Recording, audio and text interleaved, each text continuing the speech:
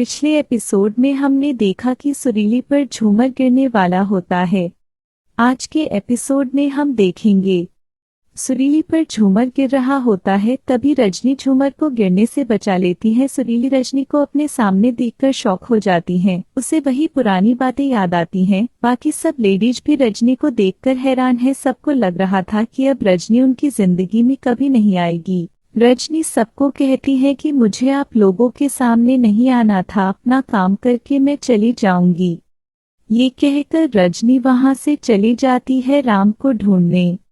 शर्मिला बोलती है, अब ये कौन सा काम करने आई हैं?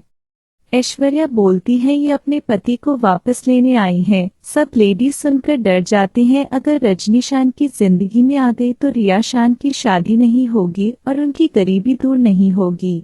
सुरीली रजनी को देखकर शॉक में है और उसकी आवाज चली जाती है। सब लेडीज एक प्लान बनाती है रजनी को बेहोश करने का। शोभता रजनी को बेहोश करती है पर रजनी को कुछ नहीं होता। शोभता ऐश्वर्या पर ट्राई करती है और ऐश्वर्या बेहोश हो जाती है। कुछ देर बाद रजनी की बैटरी खत्म हो जाती है।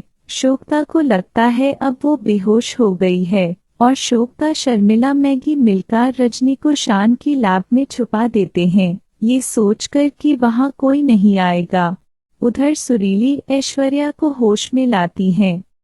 अमरीश सुरीली को ऐसे देखकर परेशान हो जाता है और सुरीली की आवाज वापस लाने के लिए एक आइडिया लगाता है और अपने बेटों से कहता है डांस करने को। सुरीली उनका अतरंगी डांस देखती है पर सुरीली से ये डांस बर्दाश्त नहीं होता। वो चिल्लाती है, बंद करो ये डांस।